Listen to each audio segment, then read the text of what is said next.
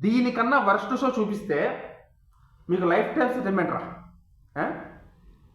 Big boss అనే ఒక్క programme hit అయిన పాపానికి, మనం హిట్ చేసిన పాపానికి మంచి రాడ్డా తుప్పు పట్టిన రాడ్డా కూడా తేడా లేకుండా వరుస పెట్టి దింపుతున్నాడు నా మనకి స్టార్ మా వాడైతే మాత్రం. ఏమనుకుంటున్నాడో అర్థం కావడంలా.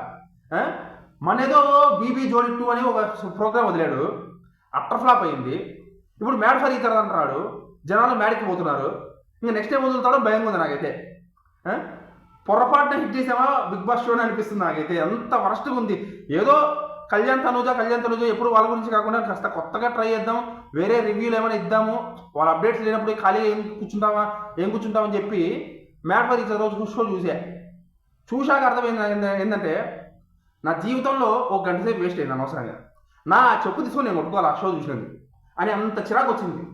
గంట సేపు ఎక్కువ చూడలేకపోయినా కూడా అంత వరస్ట్గా అనిపించింది నాకైతే. మీలో ఎవరైనా చూసారా షోని? కింద కామెంట్ చేసి చెప్పండమ్మా. మీ ఓపికకి దండం పెట్టాలా? ఎవడు చూస్తున్నాడో ఎందుకు తీస్తున్నారో వాళ్ళకన్నా తెలుసో లేదో నాకైతే అర్థం కావడంలా. పరమ వరస్ట్ షో, పరమ చెత్త షో నేను చూసిన షోల కల్లా అల్లా. నేను మీకోసం ఏదో రివ్యూ చెప్దామని చూశానంటే గంట సేపు కానీ ఎక్కువ చూడలేకపోయాను.